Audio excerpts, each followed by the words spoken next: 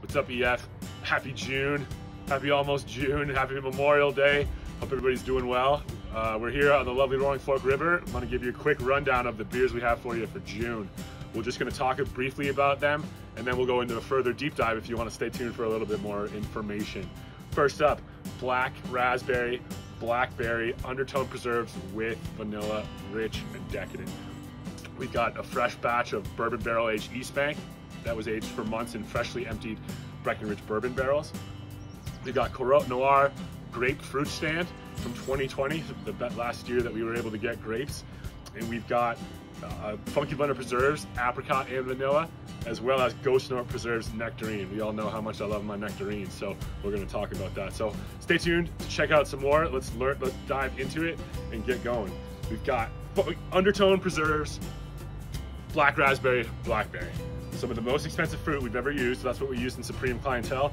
Then we added vanilla to this batch. So we wanted to see what we could get by adding some of that vanilla to an already rich and decadent beer. Steve tried this last week, he said it was the best beer he thinks we've ever made. It's really good, especially if you're a vanilla fan, you're gonna love this one. Rich, decadent, it's just, it makes you feel spoiled when you drink a beer like that rich, in my opinion. Bourbon Barrel Aged East Bank. This is, oh, we gotta taste them. If you wanna see it. Everybody wants to see the palm.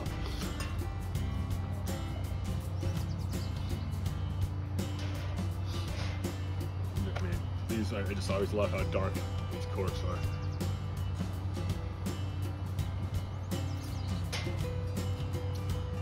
I mean, I can't believe there's not sugar in it. Like, it tastes back sweetened. There's so much perceived sweetness in there. Along with the vanilla, it just goes perfect. It's like the ultimate dessert beer. So, big fan of this blend. Next, we've got Bourbon Barrel Aged East Bank. So, like we said, aged for months in freshly emptied Breckenridge bourbon barrels. This was the golden recipe of East Bank. We often play around with the different amounts of caramel malt in East Bank, and so this one did not have any of that. And so this was everything else was the same, but just none of that caramel malt. It's aged in those freshly aged Breck bourbon barrels. Amazing foam retention. Big fan of that.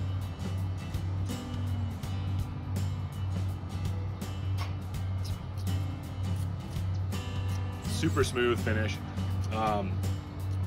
big but yet balanced bourbon characteristics along with the East Bank sweetness. There's definitely still some sweetness in there from maybe some of that honey or the caramelization that we get when we add the honey, because it always ferments out, obviously, but you definitely still get some residual honey flavor in there. But super smooth, incredibly clean, drinking really, really well right now. So Team No Fruit, boom, check it out. Corot Noir Fruit Stand. This was bottled back in November of 2020. We've been saving some of these grape blends that we did back then, just because we knew that we weren't gonna, once we realized we weren't gonna be able to get any grapes in 2021, we have been saving some of these batches. So we figured it was a good mix to throw in there. We haven't seen a grape beer in a little bit.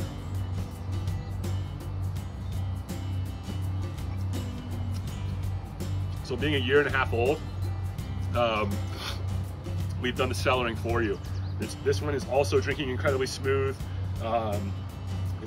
super in balance with the base beer, with the Saison base. I haven't tried this one for months. I mean, it's a year and a half old, and so I haven't tried this one in months, but it's drinking really well right now.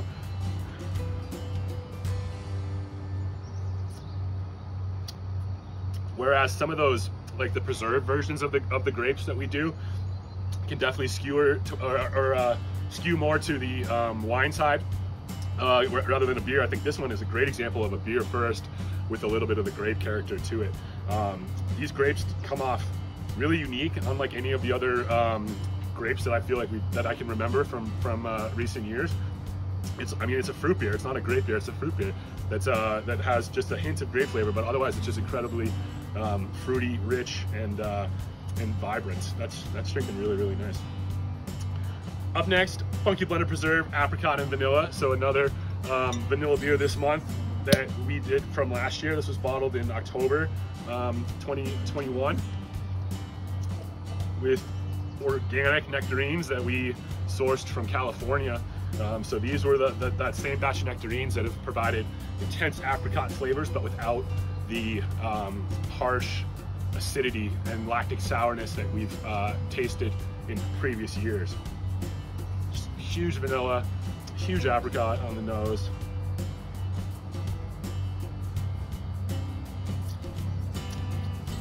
Super smooth, super sweet, very refreshing.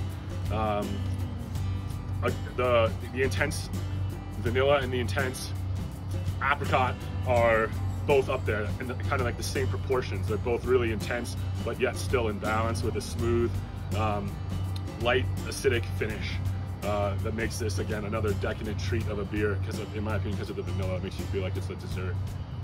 And it's got foam stability, which is kind of cool. Often with adding vanilla and the oils that we get from that oil, from the whole Madagascar vanilla beans, we lose foam stability, but boop, there it is. Always makes me happy. Finally, we've got Ghost Note Preserved Nectarine. So this was made with nectarines from Palisade at a rate of about 4 pounds per gallon. All of our preserved beers are about 4 pounds per gallon. This one's no exception. We've got nectarines. Let's talk about nectarines. So much fun to use because they're so much more flavorful, I think, than peaches can be. Not necessarily. It's just a different flavor. It's a more rich, intense peach flavor that we get out of nectarines. Nectarines aren't as sexy as peaches to consumers because of the way they look. They're not fuzzy, and so the fuzz on peaches actually helps protect the fruit from spoilage. And so nectarines don't have that, so often they'll be a little bit bruised more, or they just don't look as good, and so consumers don't gravitate towards nectarines nearly as much as they do to peaches. So as a result, a lot of growers are ripping out nectarine trees to put in peaches. So whenever we can find nectarines from anybody, we pay whatever we can to get them. The flavors are great. Oh, look at that.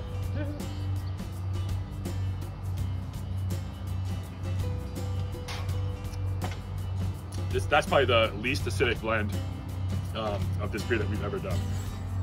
Super smooth, rich, intense, and yet so differentiating from peaches. I wonder if you had like if you tasted the flesh of a nectarine and a peach, how many people could tell the difference between those? I wonder that. That's a test we should do. But when you put them into a beer, they're very discernible. Is that a word? Discernible? They're very discernible, and so it makes for something really unique. It's not just like a peach or a nectarine. They're very different, and they're both great in their own ways. But man, nectarines is got a little soft spot for nectarines.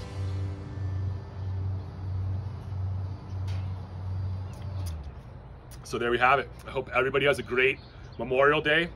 Our patio is opening up today. When this video comes out, it'll be opening up today. On Fridays from 4 to 8 p.m. and on Saturdays from 2 to 8 p.m. So come enjoy this lovely patio and come say hi to us. Cheers, EF. Have a great weekend.